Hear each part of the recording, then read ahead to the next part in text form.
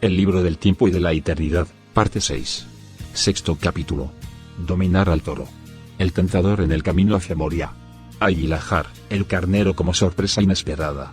El sofá despierta el mundo. Nacimiento de Faraón, la creación en el desarrollo. La unidad de cabeza y mano, los tefilín. Escritura y palabra, el milagro que viene del negro. Los pueblos se unen para luchar contra Jerusalén. La realidad del final de los días. El cuerpo eterno, la vida y el mundo en el Santísimo. El día del gran sacerdote, Kohen Gadol. Del pecado, en la imagen del asesinato de Gedalia. Del sentido del azar y de las ciudades de refugio. Hemos hablado ya de Rosh Hashaná, el 1 de Tishri, comienzo del año. Dije que es el día en que José sale de la cárcel. Quiero darles ahora algunos aspectos adicionales, esperando y confiando que ustedes mismos puedan hacer el puente entre ellos, de modo que no sea una comunicación vacía de eventos, sino que se convierta en algo muy vivo. Por ejemplo, existe una costumbre, cuyo significado deberíamos descubrir. Se dice, que el ser humano, en ese día, come la cabeza del cordero. Sabrán que el momento de la creación cae bajo el signo de Sor Toro o Buey. También, es la letra Aleph. El toro juega un papel muy importante en toda la historia, porque de hecho es el signo bajo el cual el mundo aparece. Esta aparición en el signo de Tauro dice que aquello que es el toro, es decir, uno de los 4 fundamentos de los elementos del trono, es la manera en que el mundo se presenta. También la idea del toro que cornea juega un papel en la Biblia. Allí se dice que su dueño es responsable de los estragos que causa por sus escapadas. Debe ser dominado. Bajo la denominación del toro corneando, caen todas las catástrofes naturales, también las catástrofes en el ámbito personal. Alguien que no se domina a sí mismo, es alguien que no domina a su toro. Como ser humano debe asumir la responsabilidad de dominarlo. El ser humano aparece en el punto culminante de su desarrollo. Recibe el mundo como regalo, tómalo, así es. Y puede decirse que es responsabilidad del ser humano llegar al mundo como salvador, dar la vuelta a todo el asunto y devolverla a casa. No para que diga, lo he recibido, estupendo, ¿cómo puedo disfrutarlo? Porque cada paso en esta dirección significa que tu toro se escapa. No hay posible concesión en este punto. Sí, pero es normal que, escape, le pasa a todo el mundo. Entonces soy yo el único que no participa de esta normalidad. Significa que para el ser humano no hay otro camino que el regreso a casa, dar la vuelta de inmediato. Solo por este motivo viene al mundo. Y es un gran riesgo y una aventura importante. Es encargo del ser humano, porque no tiene por qué regresar. A este respecto, tiene completa libertad y responsabilidad. Todo está decidido de antemano, salvo su comportamiento en este punto. Como esta libertad y responsabilidad se concretarán en los acontecimientos sucesivos es un misterio, de momento. Porque por un lado existe una curiosa relación entre los sucesos y su comportamiento, mientras que por otro lado debemos decir, los sucesos están asegurados desde siempre. Es algo imposible de deshacer. Es inútil intentar deshacerlo mediante el camino de la causalidad, porque irá mal. Es un cálculo equivocado, un callejón sin salida. Quizás se acordarán de una conversación entre el lado masculino y el femenino de Dios. ¿No queremos que venga el ser humano? Vendrá, pero es una aventura espantosa, y un gran pánico se instala hasta en las regiones más altas. No es que Dios diga, conozco el juego y todo el desarrollo bastante bien, mientras que el ser humano lo desconoce. Ciertamente en primer lugar protestará, pero al final regresará a casa sano y salvo. Nosotros podríamos acaso sacar estas conclusiones causales, pero no es así. Es un momento de la mayor oscuridad y de intensa desesperación. En el Nuevo Testamento se expresa en ese momento de total abandono, todo ha desaparecido, ¿cómo podré seguir? Nada ya concuerda. Si concordara podríamos decir, las cosas van mal en el mundo, pero en el fondo es mejor.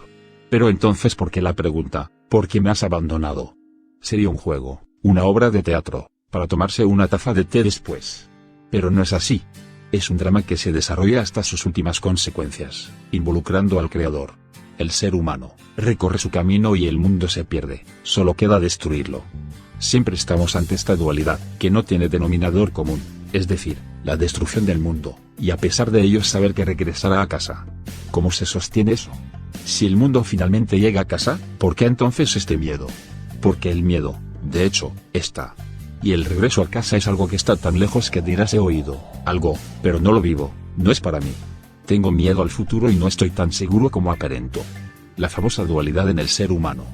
Y esta aventura, si puedo llamarlo así, es la expresión del comienzo de ese toro que cornea y causa estragos, que puede llegar a matar. Si el toro se escapa eres responsable. No puedes decir que no lo sabías. Una vez quizás, pero no habrá segunda vez. En esta segunda y decisiva fase sabes perfectamente que eres capaz de dominarlo.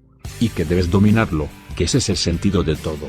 Si dices que no importa cómo vivas, que puedes hacer lo que se te antoje mientras que mantengas tu discernimiento, entonces estarás cometiendo uno de los mayores crímenes del pensamiento.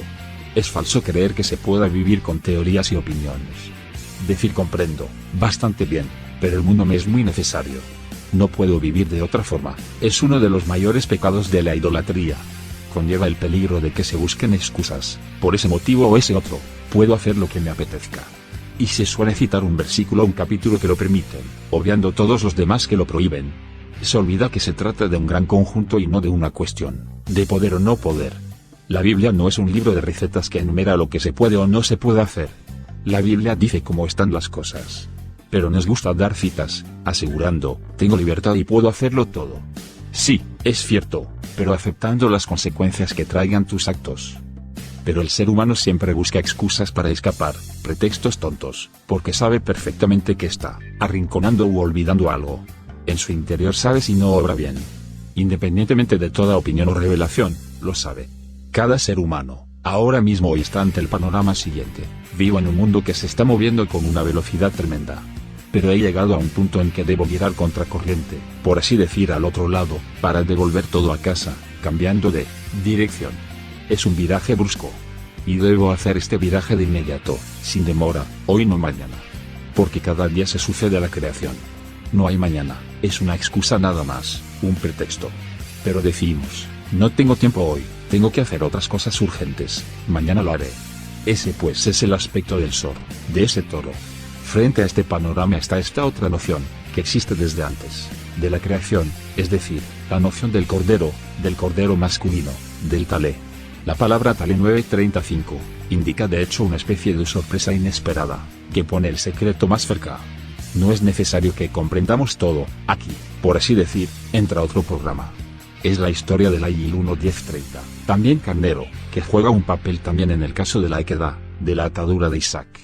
En ese relato se habla del camino que Abraham hace con su hijo Isaac, es decir, con su futuro, y que aparentemente está en flagrante contradicción con la promesa de Dios, de que ese hijo heredará el mundo, es decir, que vivirá aquí en el futuro, para siempre.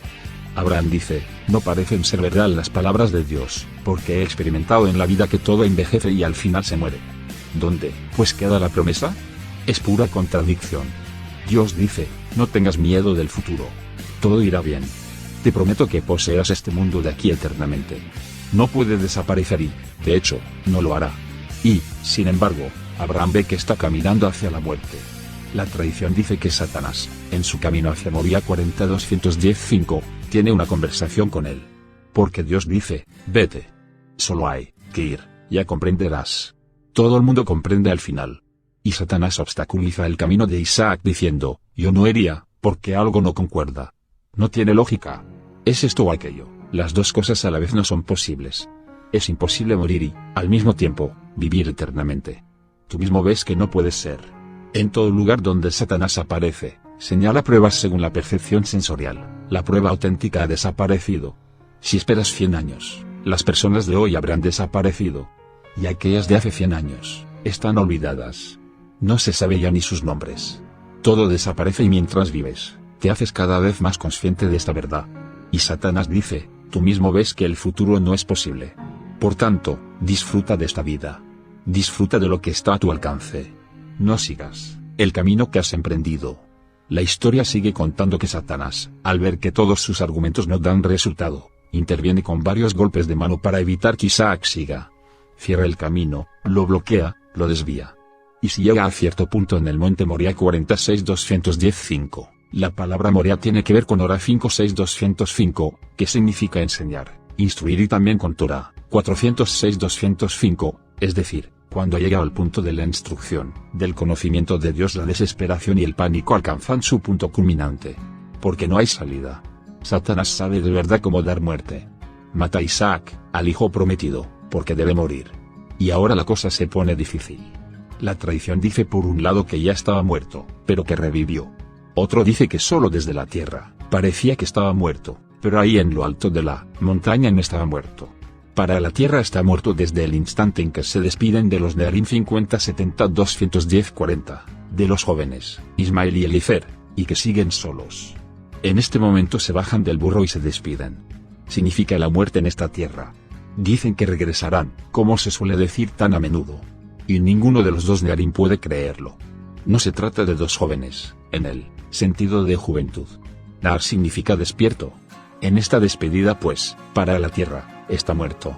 Y el relato sigue. En primer lugar, parece que sigue habiendo vida, pero la situación es desesperada, hasta que llega el momento de la verdadera muerte. Si es de verdad o no, en todo caso se cuenta que Isaac ha estado 3 años en el paraíso, en el Gan Eden. Significa ciertamente que se ha alejado de este mundo. Y luego, en el momento decisivo, cuando según las leyes de la lógica nada parece ya concordar, signo de interrogación abierta, no está dicho que vivirá, y yo veo que muere. Entonces de pronto aparece ese águil, ese carnero, ese cordero masculino. Está de pronto detrás de Abraham, sin haberlo visto antes. Lahar está escrito en Génesis 22,13, el carnero detrás de él. El carnero estaba detrás, no lo había visto porque había mirado al otro lado, pero todo el tiempo había estado ahí. No era consciente del hecho de que detrás de él estaba Isaíl. La realidad dice que está antes del Sol, de Tauro. Se trata de Aries, el primer signo del zodiaco, anterior a Tauro. Abraham no sabía que detrás de él estaba Isaíl, que precede al Sol, a Tauro. Se trata de Aries, el primer signo zodiacal, anterior a Tauro. Ese es el motivo por el cual todo cambia y da un giro radical. ¿Por qué regresa el camino? De Tauro a Aries y luego a Piscis, Acuario, etc. Lo lógico sería que siguiese desde Tauro a Géminis. Sin embargo, regresa, porque el cordero está detrás. Está dicho expresamente, que está detrás de él.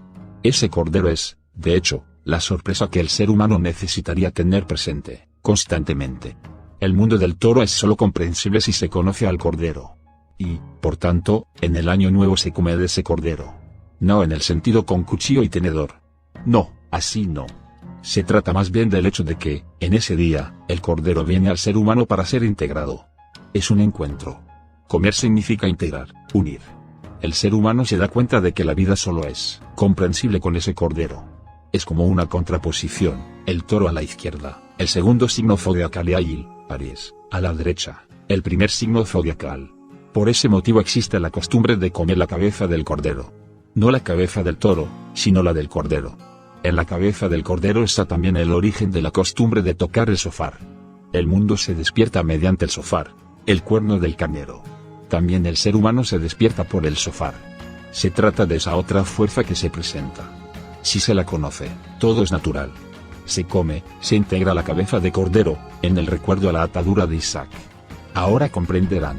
Pero si se lee sin más, es lógico preguntar qué tiene que ver lo uno con lo otro. Todo en este instante, y por así decir, cae en su sitio. Por eso, les he presentado al año nuevo de esa manera, con respecto al mes de Nisan. Existen 2 días de año nuevo, aquí y allá.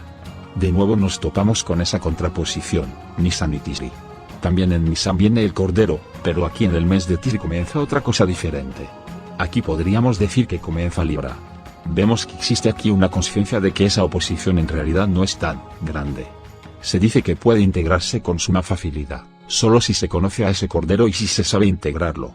Se añade entonces un dicho, que me sea permitido estar en la cabeza y no en la cola. ¿Qué significa? Como acabo de decir, se te coloca en este instante en el preciso lugar del que de ti se espera que regreses. La cola es siempre lo último en el desarrollo, del mismo modo que podemos decir que nos encontramos en la cola de la evolución. Somos el resultado final de todas las cosas que en algún momento han comenzado. Pero de hecho comienza contigo ahora. Tú eres la cabeza del cordero. Y tú cambias todo. No digas, estoy aquí al final de todos esos miles de millones de años, consecuencia de alguna explosión en el universo, etc. No sé cómo puede probarse tal cosa, pero, científicamente parece ser verdad. No. Aquí se trata de una condición enteramente diferente y tú eres la cabeza. Contigo todo da un giro radical. Por eso, se trata del gran día de la decisión. La creación es la decisión, y así en cada instante sucede de nuevo esa decisión, porque en cada momento, cada día, la creación se renueva. Entonces también comprenderás por qué está escrito, Bet Dinsel, Malá, el tribunal de arriba, es sometido al Bet Dinsel Mata, al tribunal de abajo. Bet Din significa tribunal, la casa del juicio, del equilibrio, donde hay lucha porque hay dualidad. y del Bedín se espera que dé una respuesta, un sentido a la lucha. Cuando se pide a Moisés que imparta justicia en el relato de Yetro, poco antes de llegar al monte Sinaí, no es que esté ocupado durante todo el día con impartirla, y que deba ser juez en el juzgado municipal y en la audiencia provincial, es decir, en todas las instancias. Tendría demasiado trabajo, si tuviera que atender a todas las riñas de esas 600.000 personas, y, además, él solo. He intentado ya en otra ocasión decirles lo que siempre se dice sobre este relato, es decir, que soluciona todo lo que para el mundo es un problema o un litigio.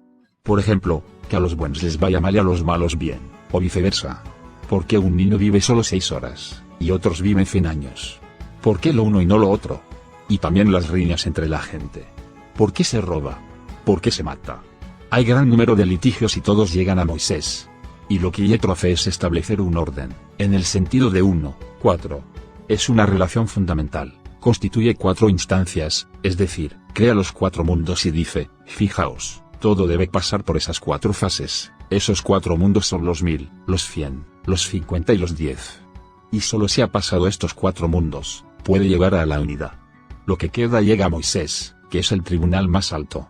Y del tribunal superior se dice simplemente, que en realidad espera lo que haga el tribunal de abajo. Depende, por así decir, del tribunal de abajo. No en el sentido de que Dios se oriente en la manera de actuar de la persona. Naturalmente también, porque la vida del ser humano no es un juego. Es algo muy serio, y lo sabe. Sabe también que se le espera y que se le está mirando.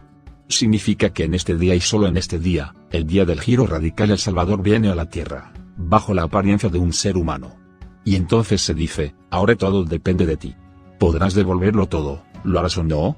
¿Es tu Bedín de tal forma que todo se puede devolver? ¿Das una respuesta o dices dejar las cosas estar?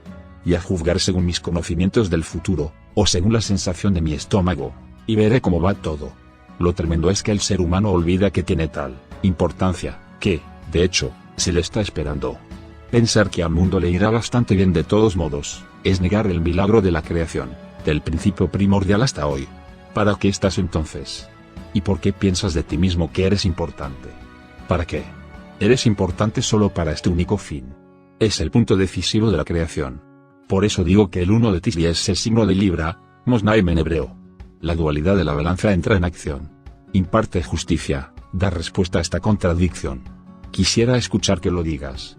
No se te ha colocado en este mundo, en esta dualidad para que digas, no me interesa, todo irá solo, no tiene importancia para mí. ¿Para qué entonces se te ha colocado aquí? ¿Por qué ves flores, montañas, animales, seres humanos amables y otros, malos, alegres y amargados? ¿Por qué ves todo eso? ¿Por qué se te ha colocado en medio? ¿Solo para que eches una mirada breve y que luego olvides todo? No. En todo momento se te espera. Eso es lo que quiere decir esta historia. Y por ello es tan importante respecto a todas las cosas. Otra faceta.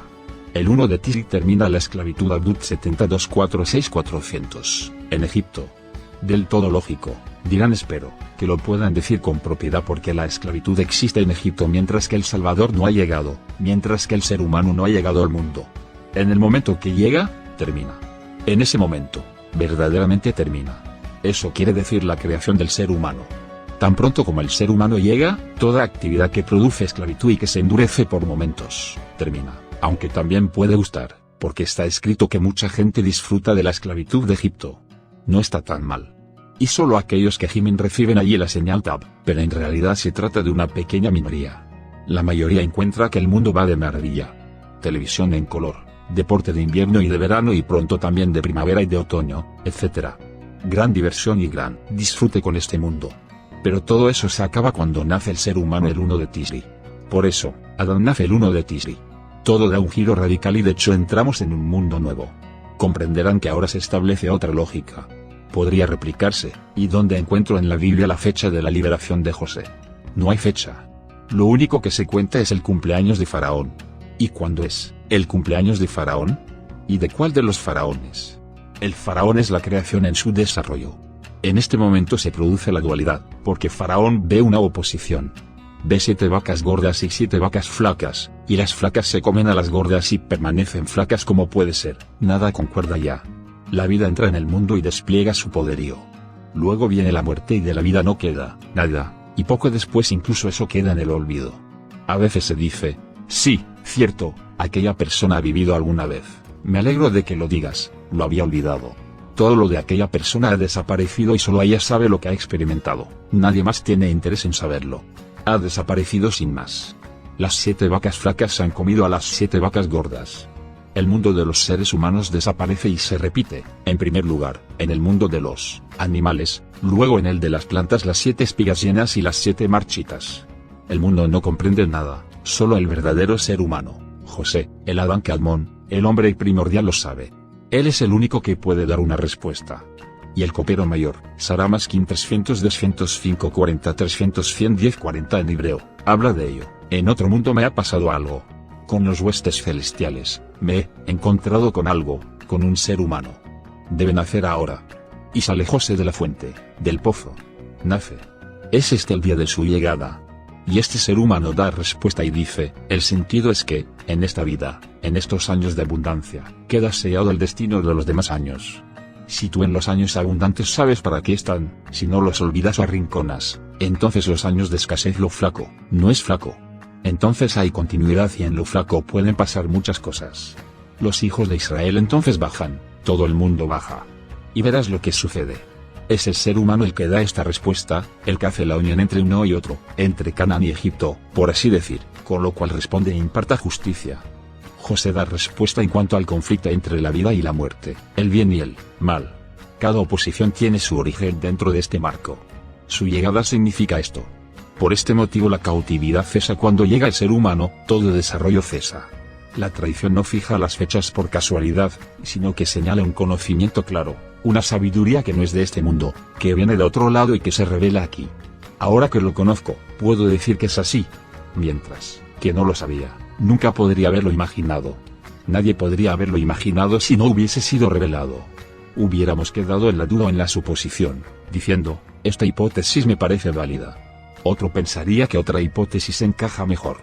Y nunca hubiéramos avanzado en ninguna clase de seguridad. Aquí se está revelando una sabiduría, ¿cómo acaso un niño aprende a leer? ¿Cómo un niño, un ser humano, aprende a hablar? Hacemos ciertos ruidos y otro que los escucha, ríe o llora.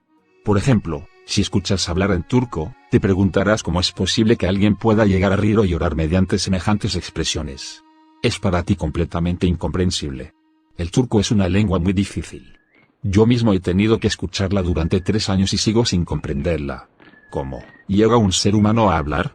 Les he contado ya de los llamados tefilim, filacterias, que se ponen alrededor de la cabeza y de la mano izquierda. En la cabeza están 4 partes separadas pero unidas.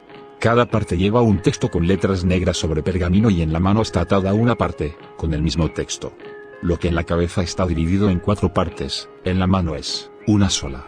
Y el texto dice lacónicamente, en el negro, en aquello que es invisible aquí, es decir, no localizable aquí, la palabra ya está presente, no lo busques, porque nunca lo encontrarás, lo negro es lo contrario de todo aquello que puedes encontrar aquí. Y únicamente porque la palabra está ya presente allí, se puede aquí hablar y escribir. La palabra viene pues de arriba a abajo.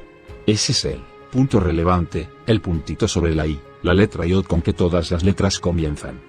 De ahí viene la posibilidad de que el ser humano hable y escriba aquí. El secreto de su hablar y escribir está allí, porque allí están esas letras. La tradición puede afirmarlo tranquilamente, porque para ella es evidente. Y si tú conoces el mundo, dices, naturalmente, como si no podría hablar y emitir todos esos sonidos, viene del negro. Que las letras sean negras significa que no vienen del lado de la luz sino del lado de la oscuridad, de la no materia. De ahí vienen. Deben ser negras, del negro de la agaya, de la nuez de agaya, porque ese fruto contiene el negro, de la misma forma que la oliva contiene el amargo y el aceite para ungir al ungido. Es el milagro que puedes ver todos los días. El milagro de la oliva no se trata del producto de exportación de Israel o de España, es el milagro de la oliva que podría recordarte la paloma Yoná, de Jonás, tiene que ver conmigo, se me empuja para que, en el 8º día, el gran sacerdote y el rey sean ungidos por mí. Así, la Gaia contiene el milagro del negro, es una especie de encarnación de ello. Es un fruto inadvertido. Si se pregunta, ¿dónde estará el Salvador en el final de los días? Se dice que está sentado como un mendigo leproso delante de las puertas de Roma. Esperarías, sin embargo, que se presentara como político importante, o en todo caso, como un iniciado lleno de sabiduría. Pero no. leproso, y todo el mundo evita tocarle por temor a las consecuencias. Para ganar dinero es inútil y no puede entrar en esa grandiosa ciudad que es Roma. Estas son las características del Salvador. ¿Y esa agaya? Si hay algo importante que anotar, podría hacerse mejor con la tinta del cedro, porque es un árbol grandioso, o de una palma de dátiles, que también es algo especial. ¿Por qué pues la tinta de la agaya? ¿Por qué del negro? De la oscuridad viene la escritura. La agaya representa en el mundo de las plantas ese gran milagro. Escribe, está dicho, exclusivamente con esa tinta. Todo lo demás es también escribir, pero no es esa escritura negra, esa escritura anterior a la luz. La escritura de ese otro mundo solo se presenta aquí por medio de la nuez de agaya. Significa que el ser humano llega a hablar y escribir porque lo otro está en él. Mediante lo otro puede expresarse, porque las palabras están ahí, y desde allí caen a este mundo. Las encuentra alrededor de la mano izquierda. En la cabeza y en el pensamiento están divididas en 4 partes, en la mano, en el brazo, sin embargo, como una unidad. La acción por tanto es una palabra más fuerte, más alta, que la palabra hablada, pero lo uno no va sin lo otro. Los tefilín están arriba y abajo, alrededor de la cabeza y de la mano. No pueden separarse, también aquí una dualidad, unidad en la mano, 4 partes en la cabeza. Juntas constituyen el ser humano. Cuando se cuentan semejantes cosas, solo comprende aquel que tiene ya conocimientos anteriores. Dirá, ciertamente, es evidente. No es tan difícil y no hay que buscar mucho. Una vez que se ha encontrado el camino y se va andando cierto trecho, el camino sigue por sí mismo, sin que nadie tenga que llevarte. Y lo importante es que reconozcas ese camino conscientemente. Dirás entonces, sí, ya anteriormente he estado aquí. ¿Te acuerdas de algo de hace quizás 1.000.000 de años, o quizás de hace un año o un día? No sé cómo puede recordarse, porque es siempre el mismo pasado, pero te acuerdas de un camino y sabes que es el correcto y que de ahí viene la comunicación. Así son las comunicaciones sobre los acontecimientos en este día. Tengo más facetas anotadas, en realidad, muchas más. Pero solo daré una más, si no, no avanzamos. Lo que doy no es más que un leve toque en los puntos cardinales del camino. Ustedes mismos deben leer y aprender a encontrarse con las cosas, porque podría seguir hablando un año sobre el 1 de Tisri. Pero es imposible y por tanto, deben aprender un camino diferente, más rápido. Un aspecto más, pues. El 1 de Tisri es el día en que todos los pueblos, se congregan para luchar contra Jerusalén. No piensen en una guerra militar, aunque también podría ser. Como prueba de que las luchas en nuestro interior están siempre también presentes en el exterior, para recordarnos que nada ha llegado a su fin y que, a pesar de todos los buenos propósitos, siguen agitándonos. Mientras que haya pan, lejem en Hebreo 38:40, habrá guerra, Miljama 40:38-45. Dense cuenta de que se trata del concepto de la dualidad que el cuerpo conlleva. El pan sale del primer crecimiento, del trigo, Gita 8:9-5. Es la fuente del pan y también del cuerpo. Tiene que ver con esa lucha. Y la subida de los pueblos contra Jerusalén es, de hecho, el momento de la creación. Porque cuando el ser humano entra en la creación, entonces sucede. Entonces se da esa subida de los pueblos contra él y contra Jerusalén. Porque ahí el ser humano está al final de su desarrollo. Todo ocurre con increíble velocidad. Todo explota en multiplicidad. Y entonces el ser humano dice de repente, no, así no.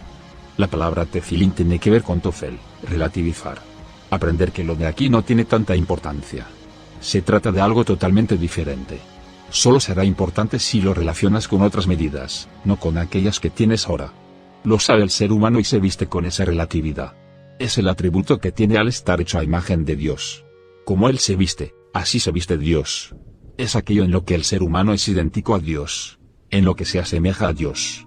Y aquí es lo negro, aquello que no se ve, que es del otro lado. En ello se asemeja a Dios y está en su imagen. Y es el punto en que se dice, sí, en la creación es así. Pero ¿qué es el final de los días? Porque siempre se dice, al final de los días, todo sube contra Jerusalén. ¿Cuándo es? Es ahora mismo, pero también ayer y hace 1000 años.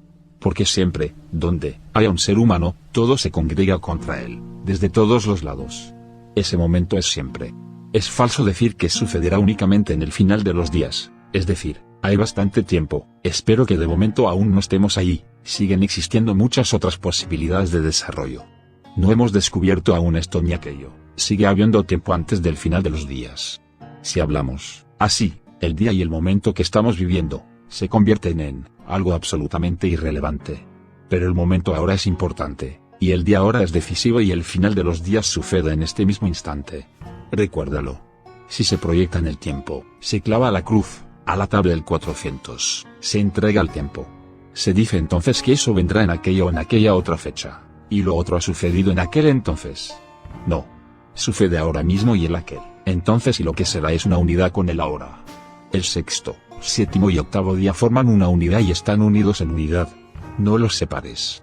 Es el momento en que se sube contra cierto lugar, contra todo lugar donde Dios habita, la imagen de Dios en el ser humano. Un ser humano que no es agredido por el mundo debe preguntarse, ¿qué pasa conmigo? ¿Está todo bien? ¿Cómo puede ser? Ahora, tampoco debe pedirse ser agredido, no sería correcto. Lo que distingue esas agresiones es que no buscan ningún conflicto, es algo de otro orden. Se quieren evitar, no participar y a pesar de todo, le alcanzan. Si el ser humano llega hasta este punto, todo en el mundo se alza contra él. Conocerán el relato de Lucifer. Cuando el ser humano debe entrar en escena, hay gran revuelo hasta en el mismísimo cielo, porque ahora el desarrollo termina. Y justamente ahora que todo va tan bien, estamos en el trance de convertirnos en Dios. Ciertamente, si continuamos así con nuestro intelecto, podría ser posible. Leemos que es posible fabricar la clara de huevo y células vivas, y seguramente llegarán más lejos. Existe el sentimiento, dale a la humanidad otro 1.000.000 de años, y seremos todos dioses entronizados en el cielo. O por lo menos es la esperanza secreta de los hombres, el ideal por el que están dispuestos a sacrificarse. Después de mí hay tantas o tantas generaciones, y hemos llegado. También se dice, cada generación es el abono de la próxima. Sí, ciertamente, si te descuidas hasta tal punto, lo serás. Igual que en la construcción de la Torre de Babel. Si alguien sufría un accidente no se decía lástima por ese hombre, sino lástima que haya que ocupar de nuevo ese puesto de trabajo.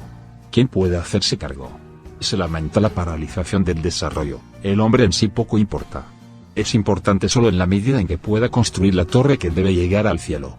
Lo importante, si acaso, es su puesto y su aportación al crecimiento. Ese es el camino si se quiere llegar a ser Dios.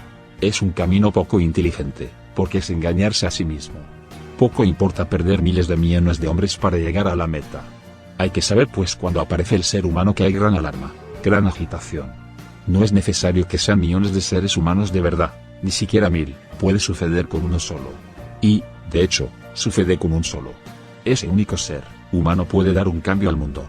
No es necesario que todos los demás cambien, puede que él sea el único que haya dado ese giro.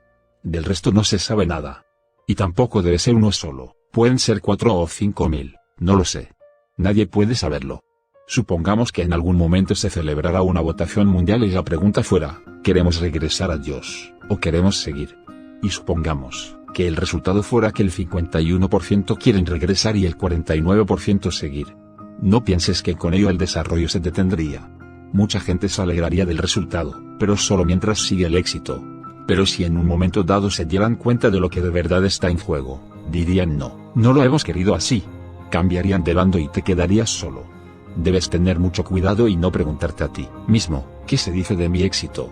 Porque, aunque se tenga una opinión sobre la Unión Europea, la OTAN, sobre la televisión o sobre el fútbol, de este asunto no hay opinión. Ni siquiera se sabe que existe. Por tanto, no preguntes a la gente.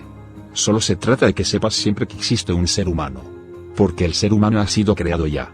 Él está. ¿No estamos aquí reunidos? Si todos los que estamos somos ya seres humanos o no, nadie lo sabe. Nadie puede decirlo. En todo caso, estamos sentados aquí y sabemos de ese único ser humano.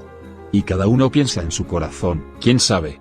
Gracias a Dios, porque demuestra que eres uno de ellos. Pero quien piense, ¿qué me importan estas cosas? Prefiero jugar al billar, hacer surfing o disfrutar de mi tiempo libre. Entonces estamos ante otra cuestión. Ese precisamente es el punto del que se dice que es el comienzo del fin.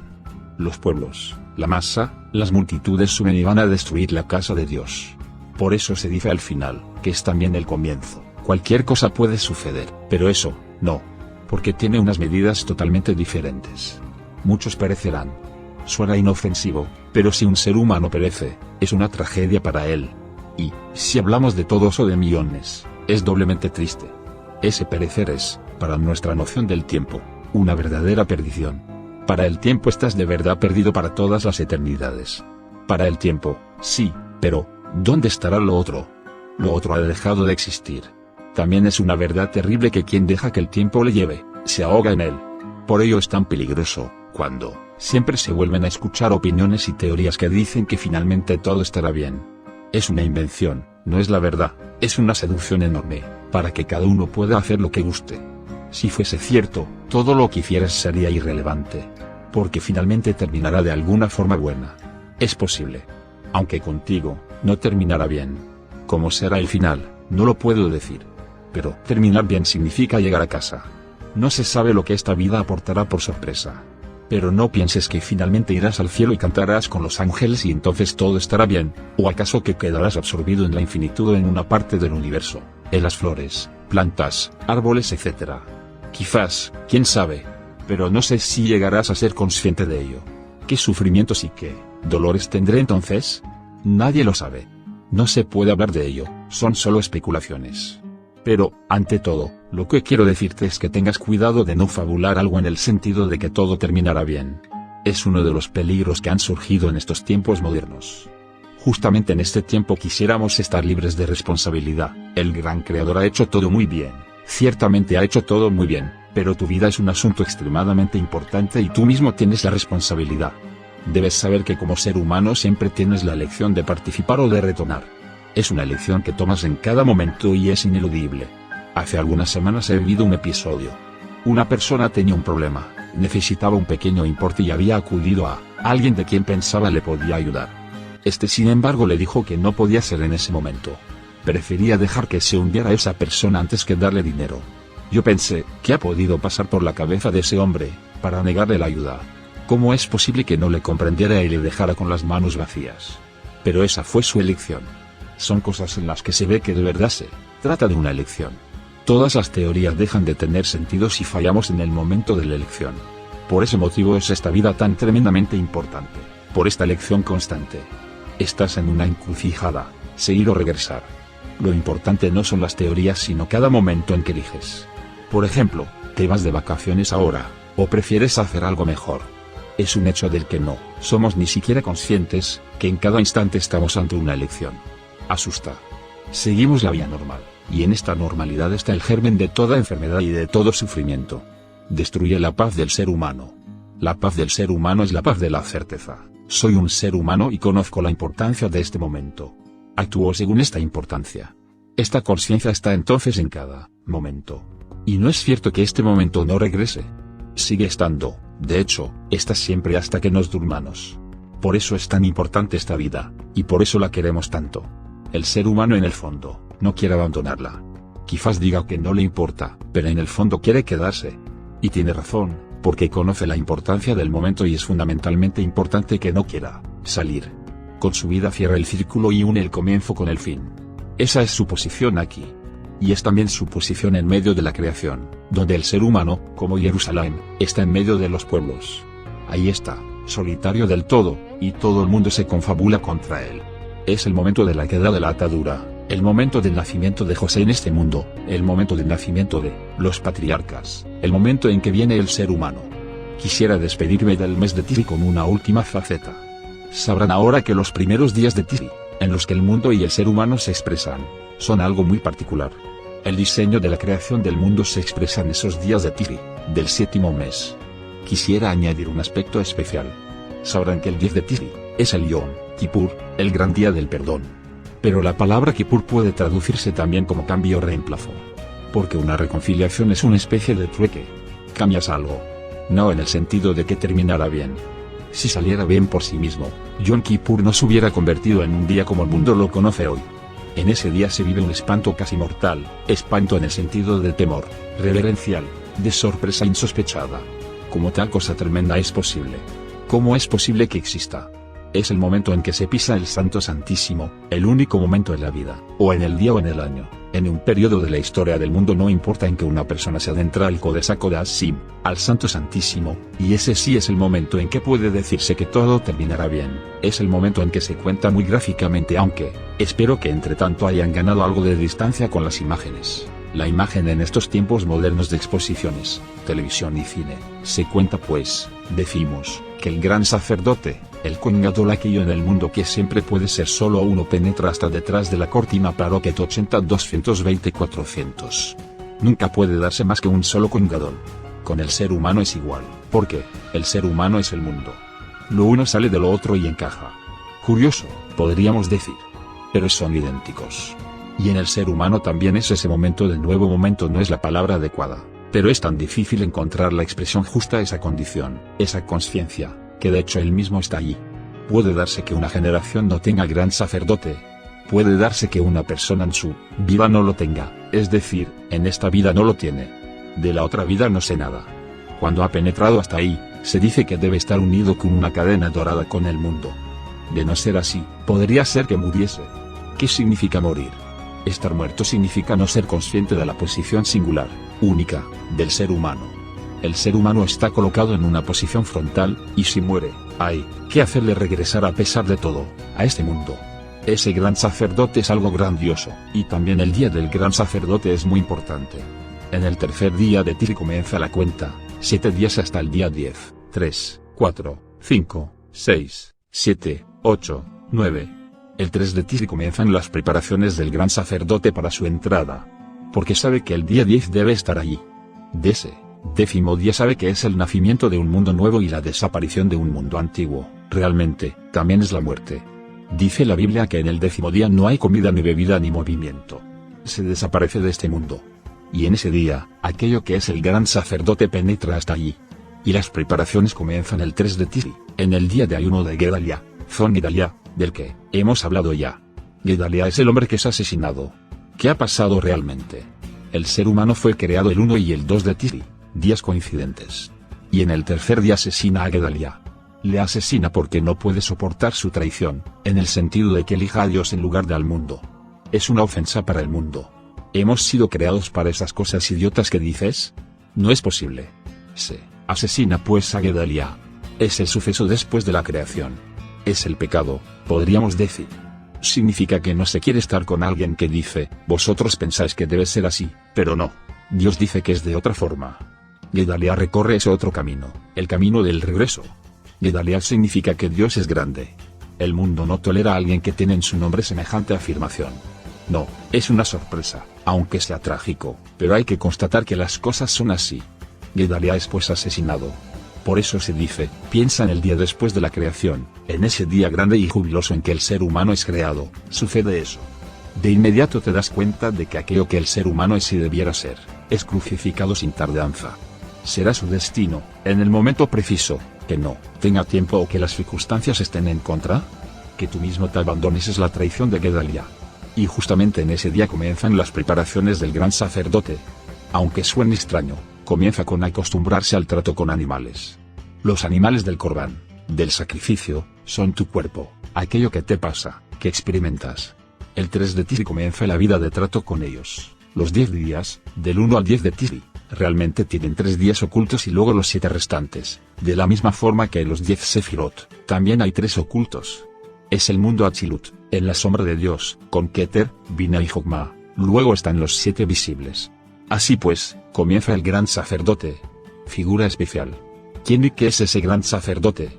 Quizás se acuerdan de que el gran sacerdote es aquel que causa intranquilidad y agitación. No es alguien bueno y adaptado a las circunstancias, todo lo contrario. De nuevo se menciona que, al aparecer el sacerdote, trae consigo la intranquilidad. Dentro del ser humano, dentro de ti, es así. Es causa de inquietud dentro y fuera de ti. Dentro de ti es el causante del mal humor, porque todo va de mal a peor. No comprendo cómo pude hacer tal cosa, quería algo diferente. ¿Cómo es posible? Perturba la tranquilidad, aunque solo si sigues teniendo un sacerdote en tu interior. Quizás le has exterminado ya o quizás está durmiendo. Pero en el caso en que esté, es el causante de la intranquilidad. Y ese sacerdote debe aprender a lidiar con los sucesos de aquí. No puede retirarse de ellos. Debe ser barrera, porque el día 10, el 10 de Tishri, viene el punto culminante de la historia. En ese día llevas tu cuerpo hasta el Santo Santísimo. Llevas la nefes, la vida de tu cuerpo, el alma de tu cuerpo, hasta allí. No es solo hasta el Santo, no, hasta el Santo Santísimo, hasta detrás de la cortina. Hay que imaginárselo, hasta ahí llevas al mundo. Todo eso es posible. Es un momento que temes. Es el miedo ante el momento en que estás frente a frente con ese poderío, esa totalidad, esa extensión.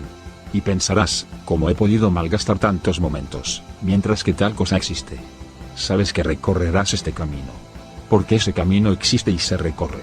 Pero ahora veamos el gran sacerdote. Sacerdotes hay varios, no muchos, pero en todo caso más de uno. Hay siempre diferentes posibilidades. Pero existe un solo Kohen Gadol, no puede haber otro a su lado. Está completamente solo y aislado, porque nadie más puede contar para él, ni siquiera sus allegados más próximos. Nada cuenta. Está solo. Del gran sacerdote sabemos, por ejemplo, que juega un papel en el caso de la becerra a la que se mata, si se encuentra un muerto echado en el campo y no se supiera quién lo hirió. Deuteronomio 21,19. Es la responsabilidad del gran sacerdote. Ha sucedido algo que no puede remediarse, un acontecimiento que no tiene respuesta. Ese es el gran sacerdote. ¿Qué quiere decir? ¿Cómo es posible? Y lo mismo sucede en el relato, donde se cuenta que se mata a un ser humano por casualidad, Deuteronomio 19,56. Ahí encontramos esas ciudades de refugio y Miklat 70 10 240 139, a donde el homicida puede huir, números 35,25. Suena curioso. Si en nuestra sociedad sucede un accidente, no hay castigo. Es mala suerte, sin más. Pero ahí, en el absoluto, alguien que ha matado sin querer, debe huir. Como ejemplo se dice, alguien fue al monte a cortar leña, y poniendo fuerza con su mano al hacha, saltó el hierro del cabo y encontró a su prójimo y murió. Un accidente lamentable, diríamos. El hombre no quería nada de eso. No, sabía que el otro hombre pasara por ahí, ni le conocía. Y a pesar de todo, el homicida debe huir a una ciudad de refugio.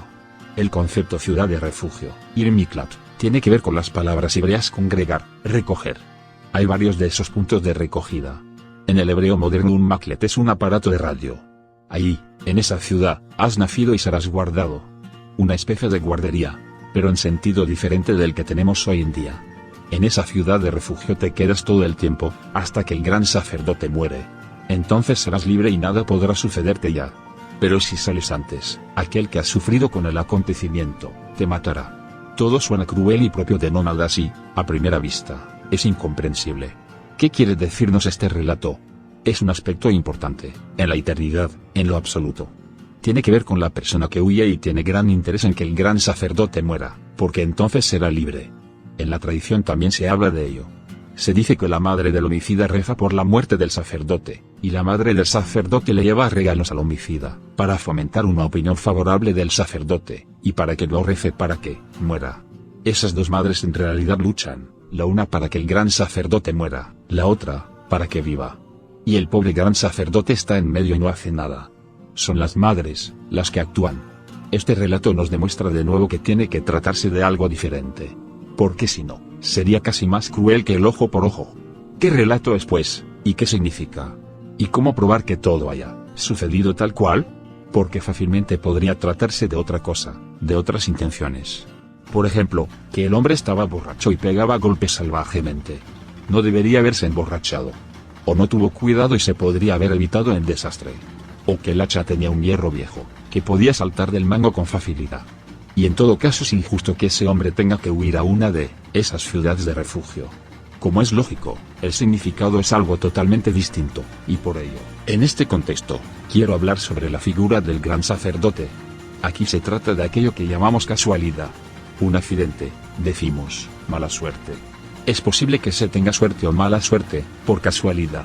Pero aquí se dice algo fenomenal, de aquello que llamamos casualidad, de aquello que no conocemos la causa porque está oculta. El gran sacerdote es el responsable. Porque, si el gran sacerdote funciona de verdad en nosotros, el ser humano sabe que no hay casualidad, no es posible que algo pase de cualquier forma, es imposible. Que yo me equivoque sin más, no es posible. Es culpa del gran sacerdote que hay en mí que yo me haya equivocado. De hecho, se espera y se exige algo importante del ser humano. De nuevo estamos ante esa totalidad, que vive de tal forma que en todos los actos y todos los sucesos sepa que tiene que ver con ello. ¿Ha cogido usted un resfriado? ¿Tiene la culpa? Sí. Un ser humano debe sentirse avergonzado por tener un resfriado. No me lo tomen a mal, pero es así. Y si de verdad es un ser humano, se avergonzará de toda enfermedad. La persona de hoy ya no lo hace. Por el contrario, cuenta con todo lujo de detalles de qué enfermedades padece. El auténtico ser humano no lo haría nunca. No quiere estar enfermo. Y si enferma, dice, algo no está bien en mí, no es que haya pecado o hecho algo malo, pero ciertamente, algo en mí necesita rectificación. Conocerán la historia de Job. Justamente por su enfermedad encuentra la solución y finalmente entra en conversación con Dios. Rechaza todas las explicaciones. Uno de sus amigos le dice que está enfermo por tal o cual causa, y que por ello vino la catástrofe. Otro dice que la catástrofe era la causa. Pero Job contesta, tonterías. 4 veces van y vienen los consejos y Job dice siempre, no, no, no. Y por ello llega al punto en que Dios habla con él. Y recibe la respuesta. Comprenderán ahora que el gran sacerdote por la noche, antes de entrar en el Santo Santísimo, lee el relato de Job. No hay reposo ni descanso antes de que se haya penetrado hasta el núcleo. Solo entonces podrás llevar la conversación. Del ser humano se exige que sea capaz de dar una respuesta a todo y no que diga, entonces será así, pasó de tal forma. Mala suerte. En Alemania se permitió que surgiera el nacionalsocialismo. Entonces algo así era posible. No. No es tan fácil. Porque tú participaste, tú has dejado que creciera. ¿Por qué? Y sigues permitiendo que ocurran cosas similares, no solo en la historia, en cada momento, también dentro de ti ahora. Se dice pues al ser humano, que en ningún caso puede dejar algo sin respuesta. Y no es que tú mismo debas encontrar una respuesta a ese relato del hacha, por ejemplo. Pero debes preguntarte, ¿qué es la casualidad? Pregúntate, ¿es lo oculto? ¿Es acaso como Dios nos habla? Así, has andado ya un trozo del camino. En un libro no se puede nunca decir demasiado, se puede insinuar algo, como lo he intentado en mi libro sobre Esther, yo, el oculto. Allí se trata el secreto de la casualidad. Es decir, la casualidad, que aquello que tú llamas casualidad, es Dios mismo, es el quien habla. Surge pues ese conflicto. Si alguien está involucrado, debe salir del país, del mundo donde todo está abierto, y huir a un lugar donde su libertad de actuación está muy limitada. Si tú quedas involucrado en algo así y si no sabes la respuesta, debes saber que en el mismo instante serás arrestado. Estás en aquel lugar y te quedarás hasta que el gran sacerdote haga que los seres humanos se retiren de nuevo. Porque tu gran sacerdote es el culpable de que tú estés detenido, que tú estés involucrado. Las cosas no van bien con tu gran sacerdote. Y no mires siempre a otro lado buscando a algún culpable. No. Las cosas no están bien contigo mismo. Porque has dejado que se te involucre. Es tu madre, tu origen terrestre, lo que te ha dado tu apariencia. El ser humano aquí en la tierra, es llamado en el cuerpo según su madre, y en humanidad según su padre. En su lápida judía está escrito, Señor tal, y el nombre de su madre es tal. El nombre del padre no se menciona, porque el lugar del cuerpo, la tierra, es su madre que le ha traído al mundo, es la madre verdadera, con la que su madre física está en relación, de la que es un aspecto aquí, es decir, una ilusión en el tiempo. La verdadera madre dice, por favor, deja que ese gran sacerdote que hay en él desaparezca, que deje de existir. Porque por culpa de ese gran sacerdote, la vida que he criado, está detenida ahora. No puede ser que por la casualidad quede detenida. Si a las sugerencias de sus amigos, Job hubiera contestado, quizás he pecado. Deja que Dios haga lo que quiera, porque sabe lo que hace, entonces contestaría, sí, cierto. Pero si Job hubiera dicho, me rindo. Comprendo muy bien que he pecado, haré examen de conciencia, rezaré y corregiré los errores. Entonces, de verdad debería ser detenido y puesto en una ciudad de refugio. Significa que existe una condición en que tú, como ser humano, no debes entrar. Es lo que la madre de este hombre pide. Pero el ser humano es tan importante, que, simplemente, debe entrar ahí. La madre del gran sacerdote, la madre de aquello que en él es el gran sacerdote, intenta prolongar la condición en que vive. Intenta sobornar al hombre detenido mediante regalos, de forma que siga encontrándose bien a gusto en este mundo, en el lugar limitado que está, aunque no tenga libertad, porque ha descubierto que gran número de cosas pasan por casualidad, y sin querer. Si tú lo descubres y te contentas, está todo perdido.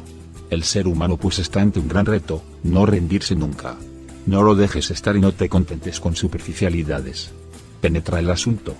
Sigue buscando y preguntando. De eso trata el conflicto. En cierto momento, el gran sacerdote desaparecerá. O el hombre detenido desaparece antes.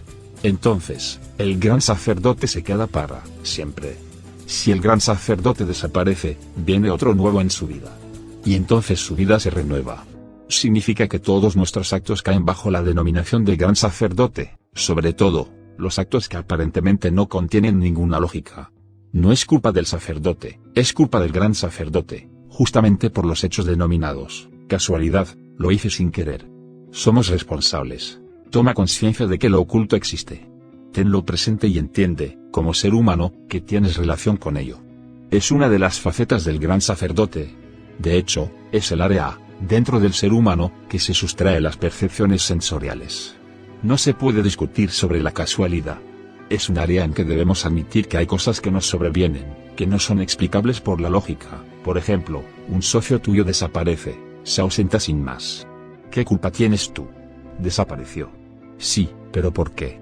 Sucede de pronto una confrontación con una parte de la vida y se dice, si el gran sacerdote te conduce, no pasa.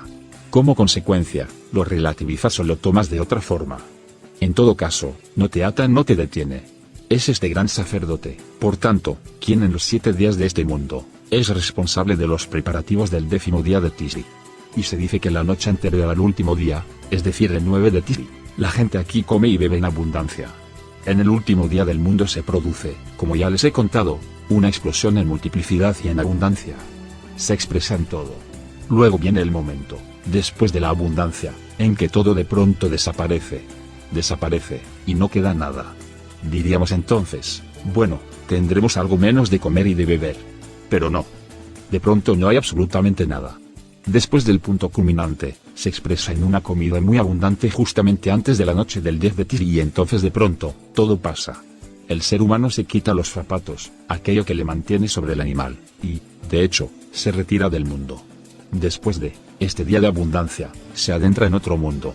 Se trata del 9 de Tisri, el día que es directamente anterior al 7º día del mundo, al día del encuentro, cuando el gran sacerdote ocupa una posición que no ocupa en otros momentos. Está en medio de los sacerdotes, podríamos decir, es uno de ellos, el mayor, el más grande, el más importante, como sea, y dentro del ser humano aquello que predomina. Aquello que predomina se encuentra pues en medio de muchas otras cosas. Pero luego queda aislado. Todo lo demás queda atrás y el gran sacerdote se adentra. Y los sacerdotes, aquello que es de él y con él, le preguntan con anterioridad, ¿te atreves de verdad? ¿De verdad podrás? ¿De verdad no has servido a los dioses? Rompe a llorar y contesta, ¿yo, servir a los dioses? ¿Me acusáis de ello? Todos lloran y dicen, ¿cómo podríamos acusarte de tal cosa? Es así dentro del ser humano. O en todo caso, así debiera de ser. ¿No tenías muchos pensamientos que no concretaste en actos? Tus actos seguramente fueron correctos, pero tus pensamientos, de los cuales nadie sabe nada, ¿no podrían haber estado equivocados? Reflexionas. ¿No eran quizás de alguna forma equivocados mis pensamientos? El gran sacerdote rompe de nuevo a llorar y dice, no, ¿cómo podéis acusarme así? Y los sacerdotes contestan, ¿cómo es posible que te acusamos de ello? Así van las conversaciones entre los sacerdotes y el gran sacerdote. Dicen, ¿sabes lo que te espera? ¿Sabes a dónde vas? A un lugar de completa soledad. Nadie te acompañará. Estarás ahí absolutamente solo. Friedrich Weinreber.